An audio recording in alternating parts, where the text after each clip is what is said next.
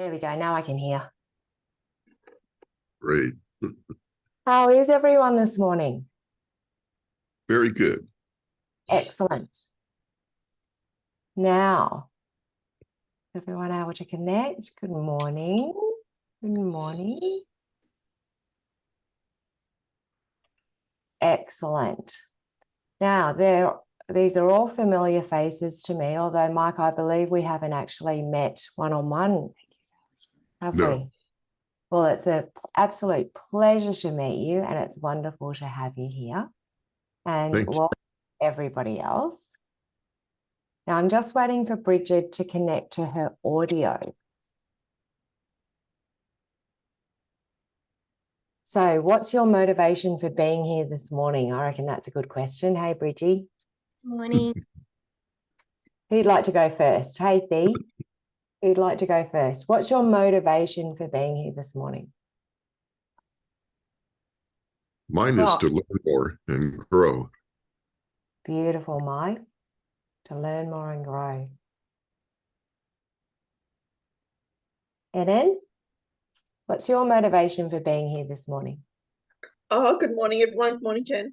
Well, after our session, I really want to hone in on my niche and also put it out there to my audience with the phrasing, the right phrasing. Yeah. Beautiful. Thee? Good morning. Good morning. How are you? How's everyone? Very well, thank you. That's good. Mine's a little bit more specific with a new role, like with a new job that I have. I'm moving into being a mental health first aid trainer. So I want to be able to use more effective language. Less words is more effective when you use better words. So yeah, I just really want to be able to get the message across clearly and concisely as possible. Beautiful. Beautiful. Josie, what is your motivation for being here? You. I love the way how you present yourself, the way how you articulate yourself. And I wouldn't mind to have a little bit of you. All right, well, I like to be a little bit of I like to be a little bit more my thoughts always come out so much later and not at the moment, not on the moment that I really want it. So yeah, it's beautiful. A process. It absolutely is a process. Beautiful. Bridgie, great to see you. Yes, good morning, everyone, especially Thee. Hello. Oh, and Jen, of course. My motivation is I wanna actually have a language where people understand simply what I do and what it really can do for them, and they're totally inspired by it. Beautiful. Awesome. Excellent. Yes, we're in the right place. What brought me here? So what brought me to this type of training that we're going to be going through today? Now, I worked in upper management for a very, very long time. I was a company director for 15 years of a multidisciplinary medical centre. And I worked in youth and community services in upper management. I had to do a lot of public speaking as I evolved through my career. I ended up having to do media interviews, so I was being interviewed on radio and on television. I would be running internal and external trainings and presentations. I'd be presenting at conferences and things like that. I absolutely hated it. The more I did it, the worse my anxiety and panic would get. until I decided I didn't want to do that anymore. I wanted to go into adult education. So more specifically, I was working with existing leaders within the community services sector to upskill them, as most people in that sector were being promoted from within due to natural ability without the actual skills training. So to cut a long story short, on the very first day of delivering the content, I'd been there for 3 months preparing the content and writing the content. And my very first day of presenting, I was presenting to 40 child youth protection leaders. So I was actually really well prepared. And then the room started to fill. Bodies, breathing bodies started to come into that room, and they just seemed to keep coming. And as more people arrived, I could feel the panic inside me just rising and rising and rising. So I managed to get up and introduce myself, and I must have said something about the training. I can't even remember the words that came out of my mouth. All I remember is how I felt. And then I introduced the department director to speak to the class. So this gave me a little bit of time. So I went and sat in my chair. I don't know what you can see, but I had my legs were totally wrapped around each other. I was sitting on my hands to stop them from shaking. My body heat was incredible. I felt like I was having a hot flush, and I started to get that pixelation in my vision. And I thought I was going to either vomit or pass out. And I was sitting there and I just thought, oh my God, if this hasn't settled by the time this woman finishes speaking, I'm literally just going to get up and walk out. That's how I felt about presenting. And that was the moment that I knew I had to do something. And that's when I decided to add NLP to my modalities. Now, this content that we're about to go through is part of level 3 of NLP. And this is actually content that we teach at our trainers training. So this is something that we normally teach after practitioner and after master practitioner. Now, have you ever been delivering a presentation and you can just tell by looking out at your audience that you haven't quite got the attention of everyone? Yeah. And they might be fiddling or moving around in their chair, and, it's a little distracting, but you just keep going. But your eyes keep getting drawn back to that person to see what they're up to. And then you might even think about this, well, after you've left your metaphorical or physical stage, wondering, what did I miss? Has that ever happened to you? Yeah. Maybe you've been on the other side of the coin and you're actually in the audience, and you're actually in a presentation or a training yourself. Now, I don't know that I've definitely been to conferences and things where you get the most amazing ideas and information and concepts and theories. So, and you have incredible conversations with incredible practitioners, and you're on such a high and you're thinking, wow, I'm going to get back to work and I'm going to shake some shit up. I've got all this new information, all these new strategies and techniques that I'm going to implement so we get way better outcomes. And then you get back to work and you simply cannot morph that theory into practice. Have you ever had that? And then before you know it, it ends up being the same old, and all the passion and motivation dissipates. Has that ever happened to you? Yeah. So how would you like to know? Sorry? How would you like to? Maybe I want to say, I hear all the above. When you ask the questions, all the above. Yeah, all of the above. So how would you like to know that you're meeting the learning needs of your audience every time, simply by ordering your content in a very specific way. Would that be of use to you? Yes. Yes. How would you like to have a really easy way to structure all of your presentations to hit your target outcome every single time and maximize your return business and your referrals? That'd be useful, wouldn't it? Absolutely. So you're in the right place. So welcome to our session on Universal Training Design and how to format your presentations in such a way that you meet the learning needs of your group and you hook them in nice and quick. So, as I said before, a little disclaimer. The information I'm going to share with you today is a snippet from an 18-day training that we deliver about becoming a bulletproof presenter.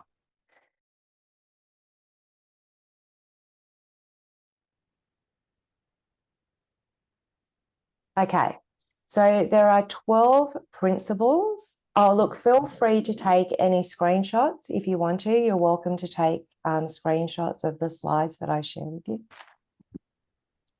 So there are actually 12 principles of universal training design.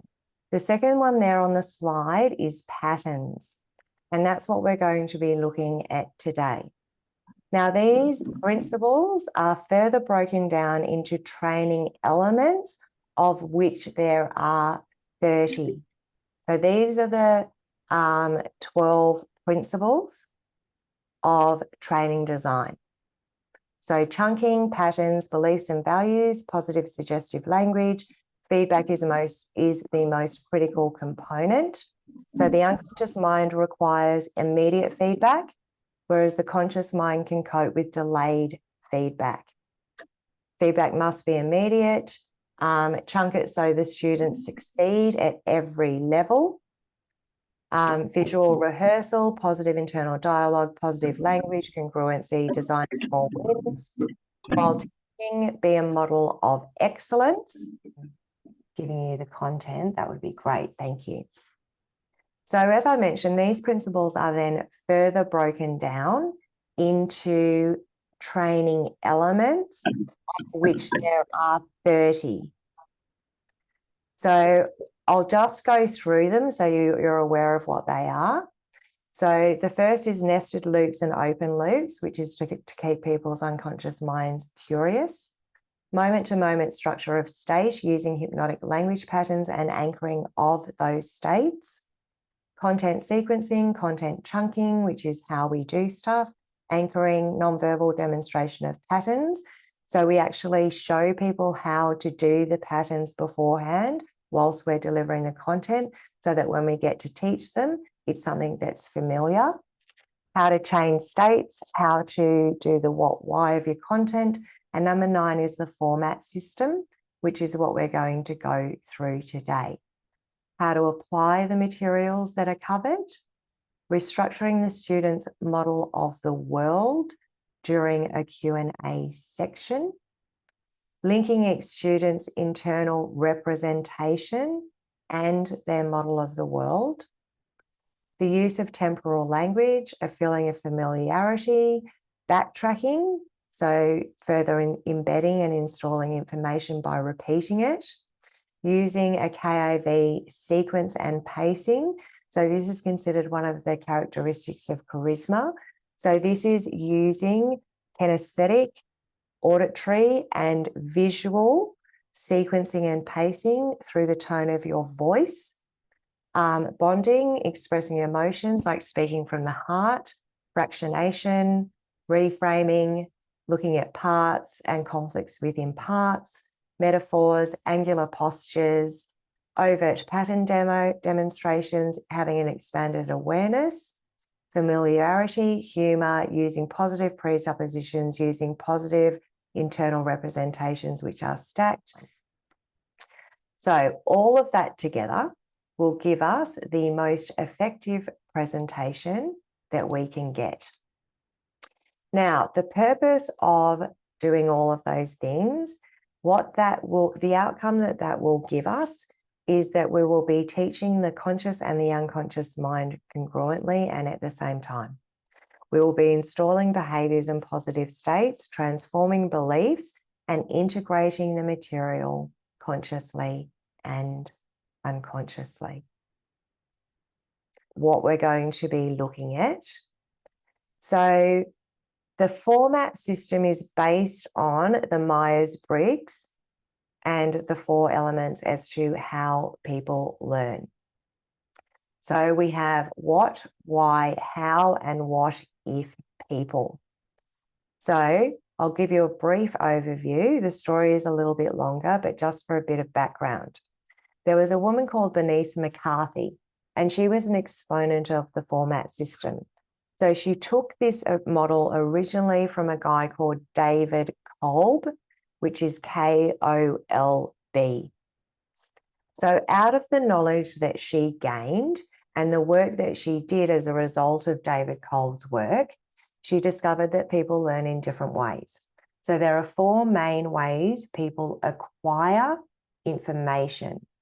So think of this. You're a presenter. You could be a parent talking to your kids, for crying out loud. It's the same thing. You're a business owner talking to your salespeople. You could be the person that does the admin, the person that handles customer complaints. You could work in support, the support team. Same thing. Anytime you talk to people, each of the people in front of you has a way of acquiring information, and they have a different learning style.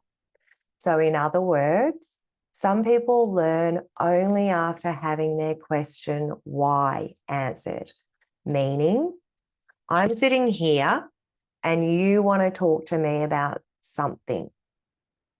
In my mind, I'm going, well, why? Why should I listen to you? Why is it important for me to know that? So in other words, until I have my question why answered, I can't hear you. Why are you telling me this? You're giving me a lot of correct information and data and all of that, but I don't care. Why is it important to me? I don't get it. Okay. So a group of people will learn by having their question why answered. Now, another type of people need to have the question what answered. What are we talking about? What is this? They learn only when they get the what answered. So you've got to tell them what it is.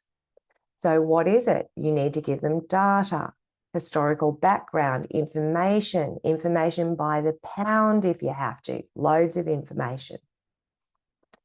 Then another group will learn by having the need to have the answer to the question how. How do I do it? So why are you doing? I need to care about what it is. How do I do it? So for those of you who get antsy and bored, often you want to know, how do I do it? How do I do it? Give me all this great information, but show me how. So for those of you who are in that situation, I'm a how person. So you have to have the question how answered because you learn by doing it.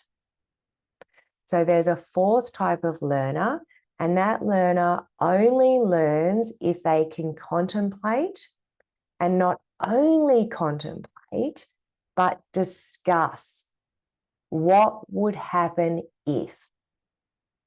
So what will happen if I then take this material and take what you taught me and I use it in this particular way, or if I change it, or if I use it in a different context?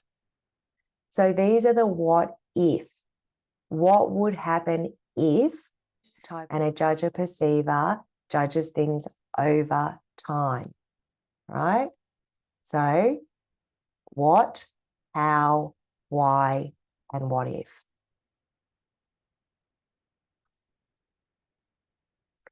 Okay, so the format system. So first of all, what Bernice did was she experimented. We love experimenting in NLP. So she said, okay, good. So we've got 4 different major categories of people. So she experimented with teenagers and in very young people. So she put all of the what people in a group with other what people, all the why people with why people, all the how people were with how people, and all the what if people were with the what if people. And she thought, well, this should work. So how do you think it worked? Do you think it worked? It didn't work. So why didn't it work?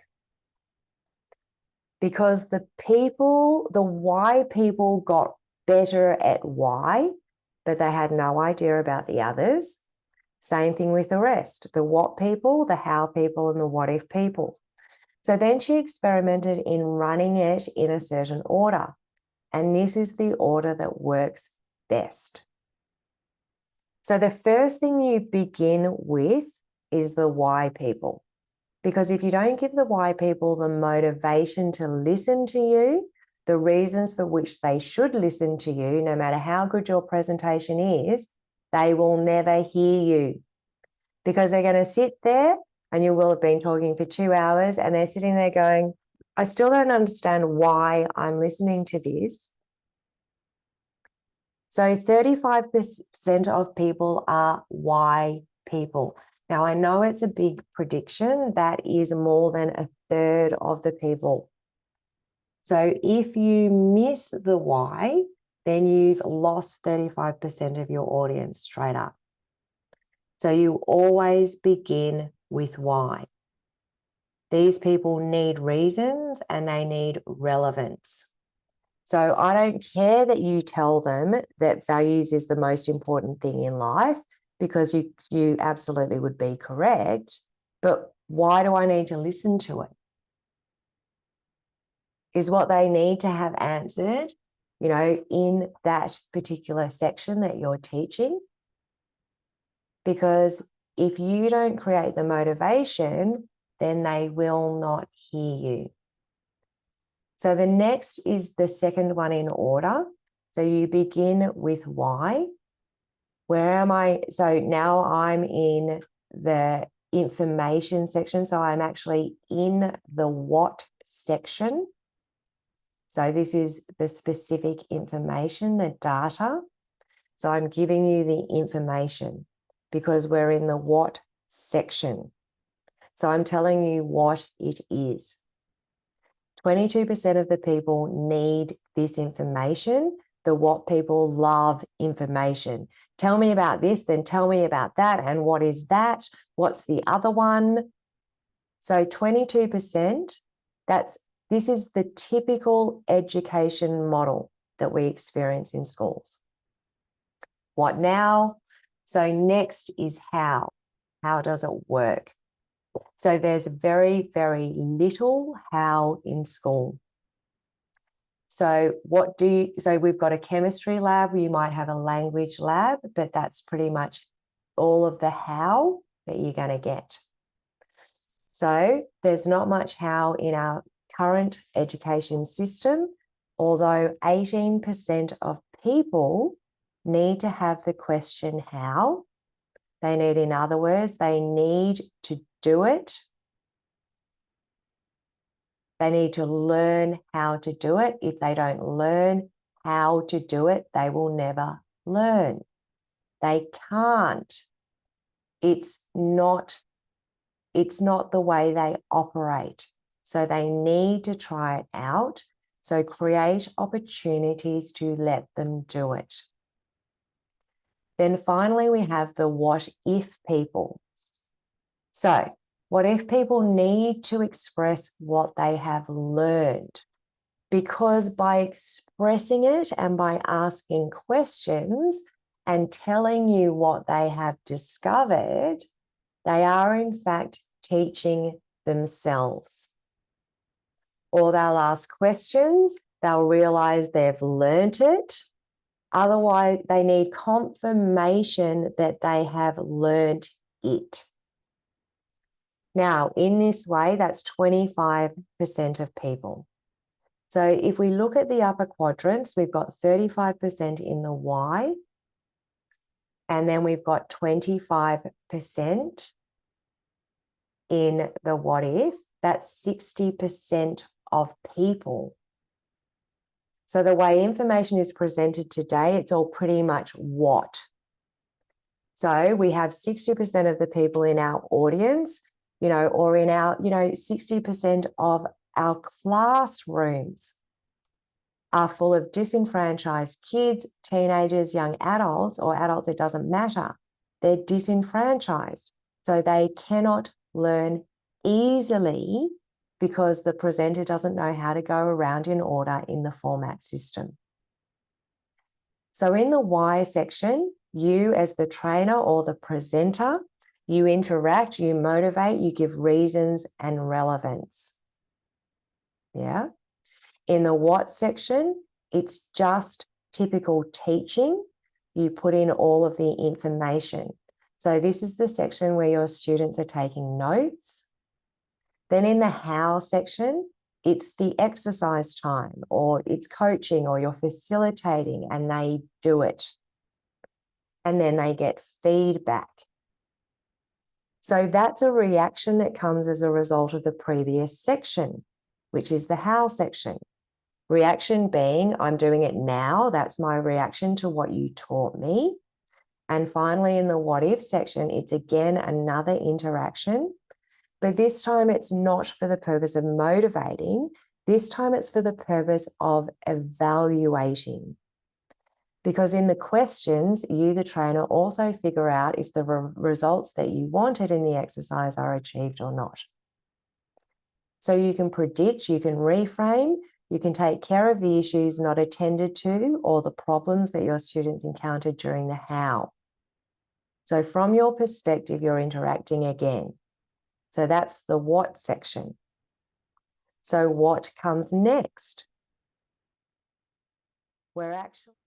So feel free to ask me questions now. So did you see what I did? So I'm actually, what I'm teaching you is what I'm doing. So when I was saying, who here's ever had this experience or that experience? How would you like to? So I'm creating motivation around, okay, so I'm going to listen to what she's telling me because she's fulfilled my why. I'm motivated now. I get there's value for me in being here and listening. Yes? Then I went into the what. So universal training design, what specifically patterns, what specifically the format system. What is the format system? Okay, so we start with why, then we do what, then we do how. And now we're doing the exercise. So this is the exact format in which you deliver your messaging. Do you recognize this from social media? People are constructing their posts using this system. The headline. Yeah. So you grab their attention. The why. So, do you have everything you were told you needed to be happy, but the happy? Right? So that grabs people's attention. Then you go into the why. Have you felt like this? Have you felt like that? Would you like to know a way? Yes, I would. So what is the way? I've got this program. I've got this offering. I've got this training. Right? How? What is it? This is what it is. How? This is the client journey. Over a period of 8 weeks, we're going to journey together doing this and doing that. And it's going to have this many sessions, this much group, this much recordings, whatever. Okay. What if? So that might be addressing, for a few $1,000s and, time and energy and commitment, we can take you from where to go. Right? A really good one that someone did in one of the trainings was showing people how to tie their shoelaces so they didn't come undone. Have you had that experience, when you're out hiking and all of a sudden you're tripping over your shoelaces because they've come undone? How would you like to know a way, or you're on a work site, right? So she was an OH&S officer working on work sites. So, and it's the butterfly, the bunny ear tie. But she explained it because there's a higher surface connection which creates tension so it doesn't slide. But she did that in 5 minutes, and she just did why, what is it, how do you do it, go and do it, and then people could come back and ask questions. So even the smallest little thing. So when you're teaching your kids to tie their shoelaces, teach them in a way that you're meeting their learning needs. I didn't do it. My kids had terrible time trying to learn how to tie their shoelaces because I couldn't articulate it in a way that was easy for them. It was just like, yeah, you just go like this. Why can't you get it? Yeah. So are there any questions at the moment about what we've talked about? You do have an opportunity to do the how now. Okay. So did everybody work on a short presentation? It doesn't matter if you didn't. It's going to be easier for you if you did. But there you've got a whole lot of short techniques that you teach clients all the time. Yeah, you'll be fine. So grab a piece of paper.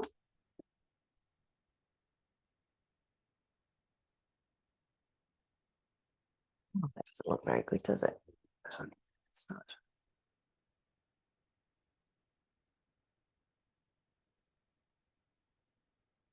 So just grab a piece of paper. You can either break it up into 4 squares, and like the chart, and you've got your why, your what, your how, and your what if, or you can do it straight down the page, and you've got why, how, why, what, how, and what if.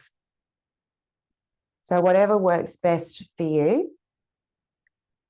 Take the presentation that you prepared and reformat it in this order.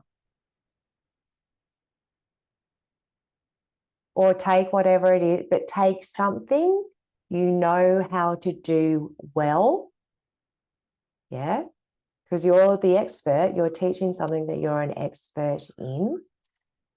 Doesn't matter what it is. Could be baking a cake, could be making soup, could be riding a bike, could be doing yoga. Something that you know how to do really well. So you put it in the format system. So we begin with why. Here's an easy thing. For those of you who are not why people, here's an easy thing to think of when you do the why section. Put yourself in my shoes as the listener, and ask yourself the question, not as you, but me, the listener, what is in it for me? If I listen to you, what will I gain? Why is it important to me? Not because the information is great, not because the technique is great, not because you know how to do it well. Why is it of value to me? So here's a silly example, how to cook a great soup. So don't tell me what's in the soup and how great it is. Why is it good for me? Tell me why it's important for me to learn how to cook that soup. And you might say to me, well, imagine it's a freezing cold winter's day. It's raining outside and it's windy. And all of a sudden you realize, oh my God, I came home and, I just wanted to get home because I was cold and I'm shivering, but I don't have anything in the fridge. Shit, I'm going to have to go out in the cold again and go to the shops. It'd be so nice to have a nice warm soup. But you've got the ingredients and you've got the ingredients to make a nice warming curry soup. And that soup warms you up from the inside. And then I go, yeah, that actually sounds really nice. Now I'm interested. Yeah. So that's the why. What's in it for me as the audience? It has to be compelling. So you're going to do a 5 to 8 minute presentation. Once you're done with that, then you will, so you do your why, then you explain what it is. Okay, now I'm making this soup, so what is it? So what are the ingredients? What is necessary? So you need carrots, you need parsnip, you need cabbage, whatever it is that you're putting in this soup. You might have to beat an egg, so you'll need an egg, but we do not tell them how to do it yet, only what it is. So you see this in your recipes. They give you the list of ingredients. They might tell you it needs to be cut in cubes or whatever. And then you do the how. Now I'm telling you how. You cut the carrots like this. You put them first, or maybe you do the onion first and you saute it in the pan. Then you add the carrots. Then you add this. So how is a series of steps. Yeah. So you might have a handout. You might have a script. Yeah. What do you do first? What do you do next? What do you do next? What do you do next? That is the how section. The what if, as I said, is really simple. At the end, you say, what questions do you have? That's it. So pick something you know how to do well or you've done in the past, and we're going to take about 10 minutes to write your presentations. So are there any questions about what you're about to do? Yeah, Enan. Jen, sorry, I missed that bit about the what. So Yeah. how do you approach that one? What questions do you have? So if you're, Is that the same as what if? that's the what if. What questions? Okay, Yeah. thanks. So it could be, why would you want to enroll in my coaching program, my training, you know, or one-on-one, whatever it may be? What is it? So for you, Enan, you would explain a little bit about Tao Hands, right? So that's what it is. How are we going to do it? Yeah. So you'll come and see me for an initial appointment. We take a detailed personal history. Then you'll be given tasking, whatever. Yeah. And if you're writing a post or a call to action, then you don't really have the what if so much. The what if is if you want to know more, here's a link to book in to chat with me about it so that they can ask questions. And often you'll say, you know, you want to know more, if you've got any questions. Okay. But if you're in a training or if you're doing one-on-one, then you will ask them, what questions do you have?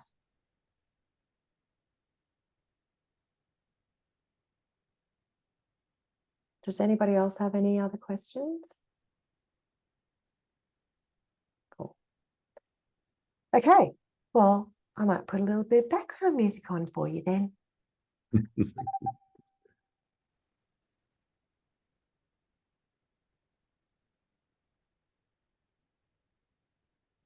Okay. So when you're ready, just finish up what you're doing.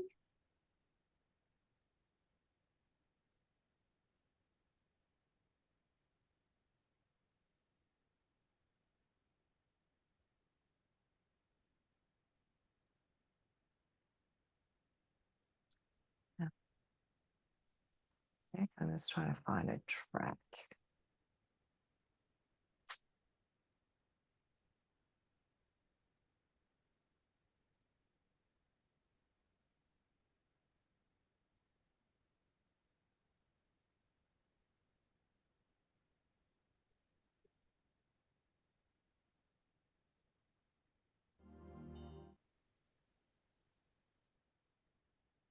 Okay, so how did everyone go with that? Yeah, good. Excellent. good, Any very good. questions? No? Good. Excellent. So much fun. Okay, here we go. Okay. So now we're still actually in the how section.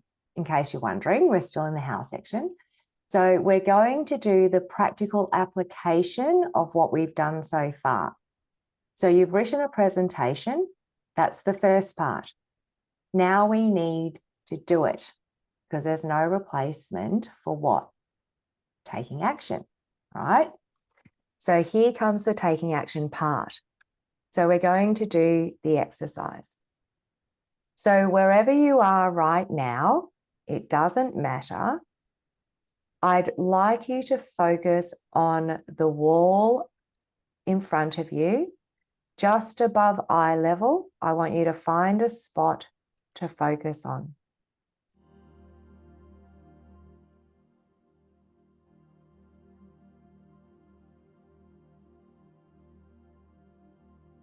Good. Just above eye level, not too far up, so you don't strain your eyes. So just above eye level, focus all your attention, every scrap of your attention, everything you've got on that spot. Good. Now, in a matter of moments, I want you to just notice how your awareness begins to spread out. And as it begins to spread out, just let it spread out. Let it go all the way out into the peripheral, all the way out. Still looking at that spot above eye level. Just notice how you can see everything on your right and everything on your left without actually looking directly there. I can see my phone down there even as I look at you. I'm aware of everything. I see you and I see everything all at once. Your awareness is expanded out into the periphery. Remember this state. Remember this expanded awareness state. Ask your unconscious mind to remember it, because you're going to do an exercise now. What you're going to do is you're going to take turns. You're going to have 8 minutes per person.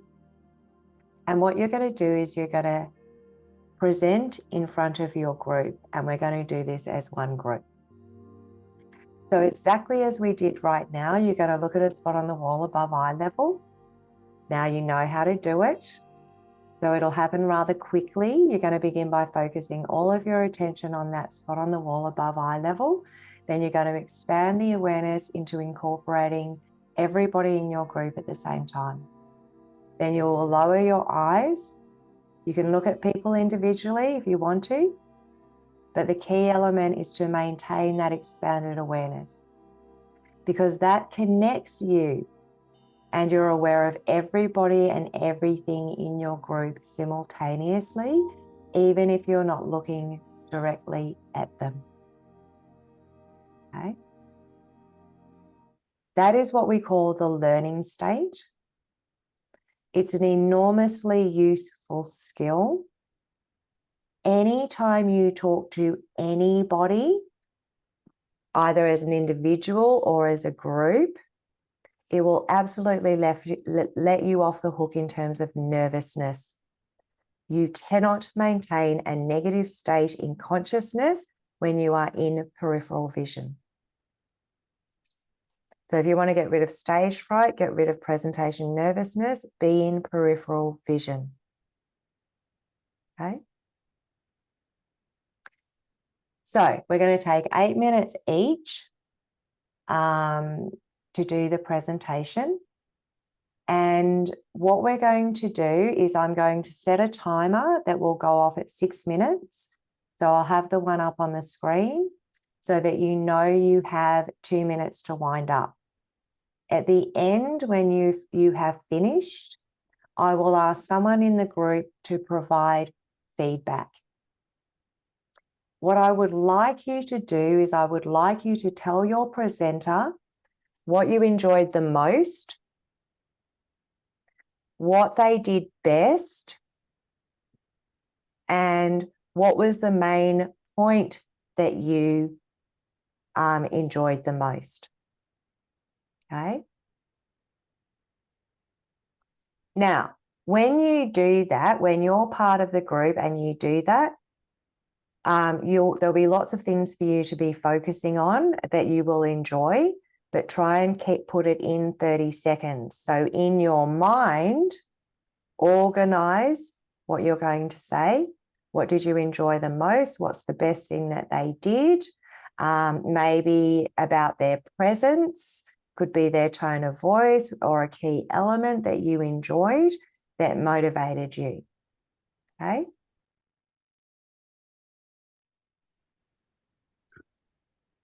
Yes, Mike. I found it very useful. It helped me restructure things so that people will be open to receiving it rather than just throwing everything together in a pile, pouring it out, and here's what I got. It helped tremendously. Thank you. Beautiful. That's so good to hear. I'm so glad. Annan? Thanks. Yeah, I found it so useful to hear everyone and also how to format it myself. So, and to get the feedback, because I don't really know sometimes how it gets across to each person. So this is so useful, so valuable to me, and to hear everyone as well. I learned so much. Thank you. You're so welcome. Thank you. B. Yeah, thanks, Jen. This is it's been really good structurally for me to break things down. I'm a big picture person, so going into the detail is a struggle at times. So I have a number of presentations that I've got to work on at work, and I just feel incredibly directed to the cross on the page, go through the process, it's done. So it's such a, it's simplified. It's beautiful. Yeah. So thank you. You're welcome. Anastasia, how was that for you? Because I know you were really nervous.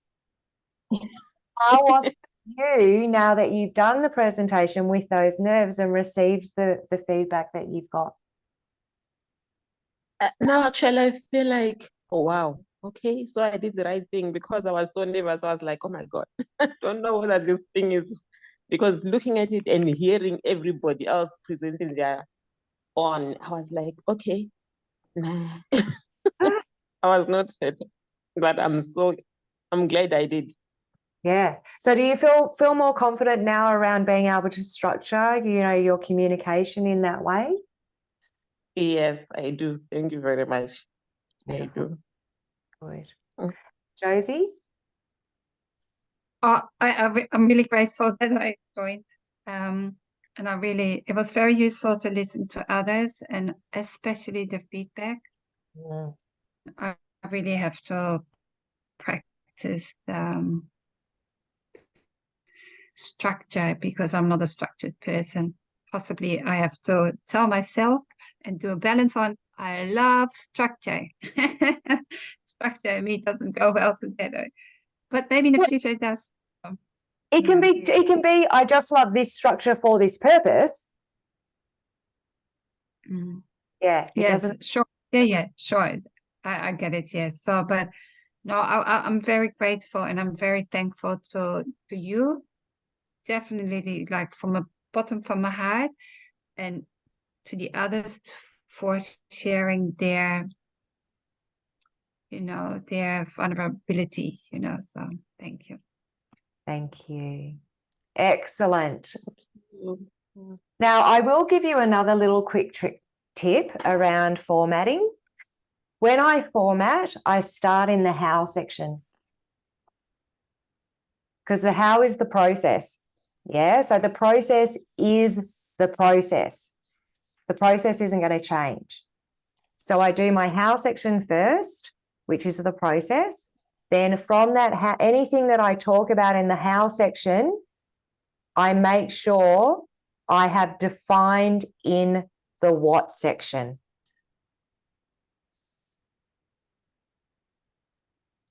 So if I'm talking about submodalities and I'm teaching a submodality process, I'll define submodalities in the what section.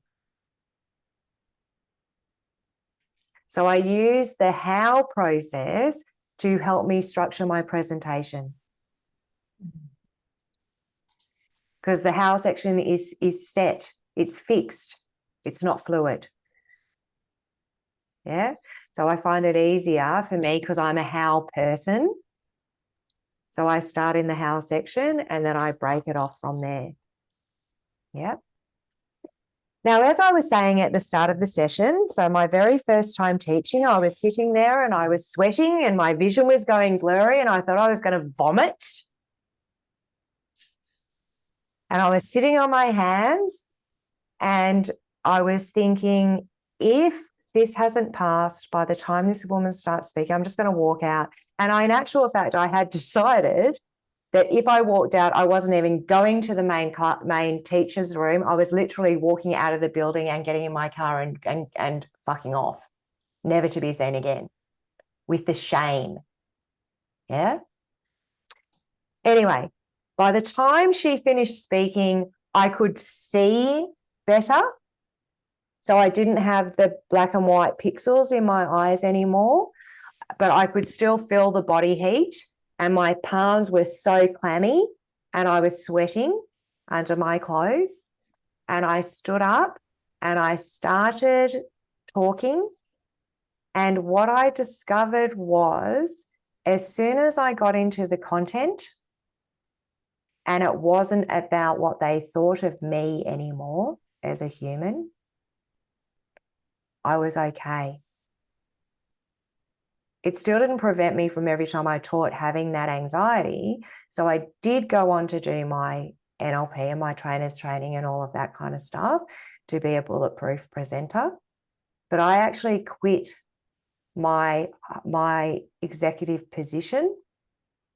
So I was doing radio, television, presenting at conferences, presenting team trainings, internal, external, and the straw that broke the camel's back for me was I was told I would have to talk at the staff Christmas parties, that I would have to hand out all of the awards. I quit before the next Christmas party. That's how scared I was of being seen and being judged for what I had to say. And that is not who sits here before you today at all.